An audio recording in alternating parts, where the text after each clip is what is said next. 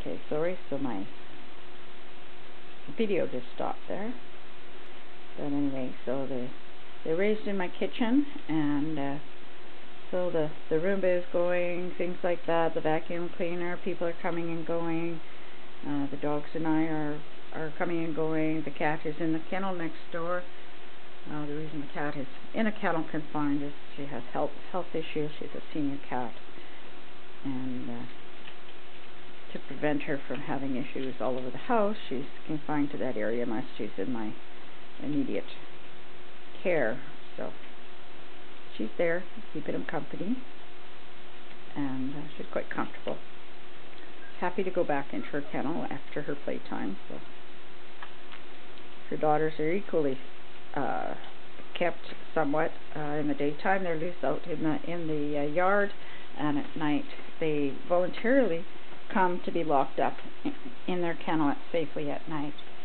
So they will be locked up anywhere from 4 hours to 12 to 16 hours if need be, depending on my schedule and what's going on.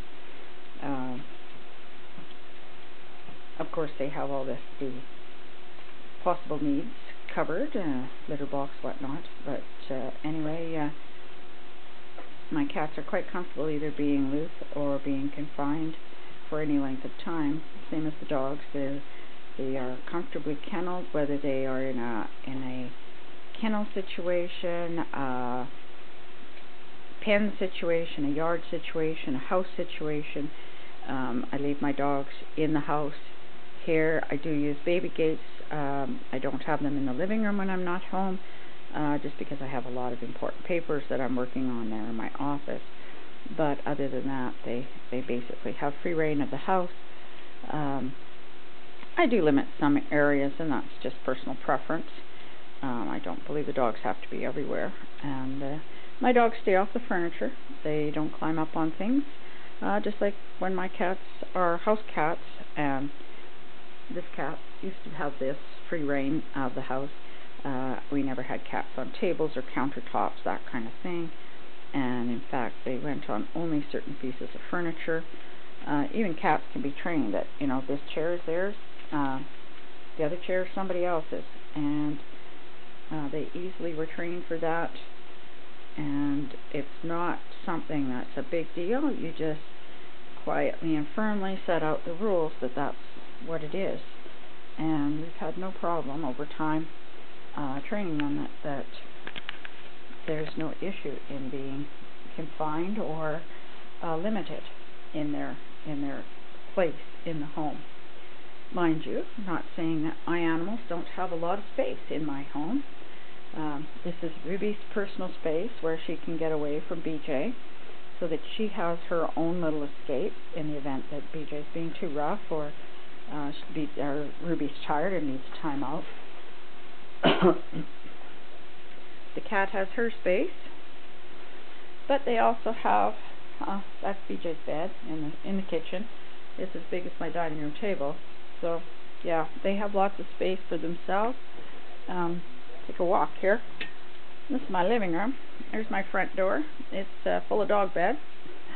This was BeeJay's special kennel. It's very much like the Cesar Millan ones you can pick up at Canadian Tire or on Wayfair, the fancy ones. It's actually made out of an old TV console and matched our house at the farm quite well, and actually makes a very elegant piece of furniture to finish up the end of a long sectional. Worked great for having coffee, for a coffee table, that kind of stuff. Held your remote control, but it had a front door on it where the dog could go in, be comfortable, and BeeJay stayed in that for the first 2 years of her life. She would sleep in there when she wanted to, or that was her place to go when she was told to go to her bed and be quiet and out of the way kind of thing. But my dogs do not climb on my furniture, other than my chair. My chair is fair game, but only when asked. This is Ruby's special little wrought iron bed under here. Another one of the toy boxes. But anyway, so you can see my animals have a lot of space in my house, because I feel that they're very valued members of my household. So, yeah, is that your bed, Rube? Yes. See, that's my queen bed. I'm just a little queen. But I'll have to share it when I get my pal. We're still waiting for another Cavalier Spaniel, just like Ruby, to join us. And as we lose Skeeton now, we'll be switching over to the Cavaliers because I can't manage the big kennels anymore to travel with. Like the one that these pups were born in. It's too much for me to lift in and out of the car all the time and manage with. The dogs themselves aren't the problem. It's just their equipment and the size of the dog food bags, that kind of stuff. So anyway, that's a little tour of our house and where our animals are, that kind of thing. This is where I raise all of your pups, right here in my kitchen, my dining room. So this is their play yard. Much of the time that they're here, they will be, let loose to run up and down the hallway here and be a part of my household.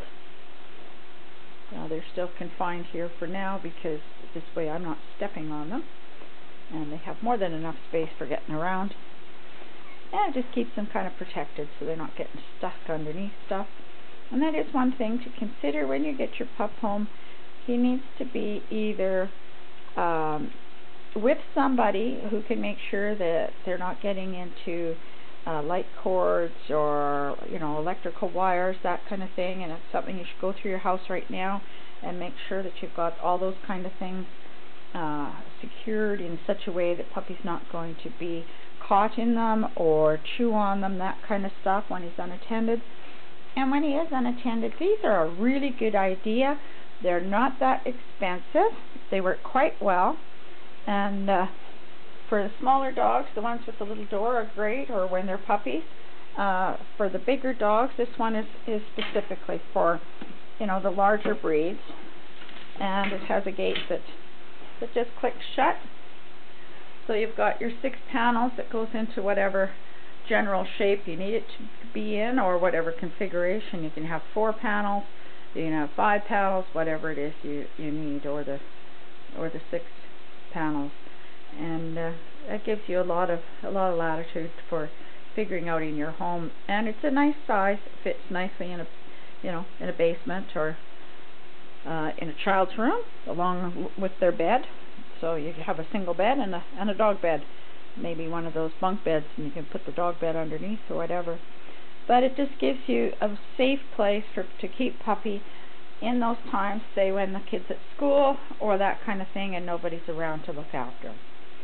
So anyway, that's it for tonight, and I hope you've enjoyed our little visit. So we're going to head outside and feed everybody for the evening because it's rather dark out there already. So we'll talk to you later. Bye-bye.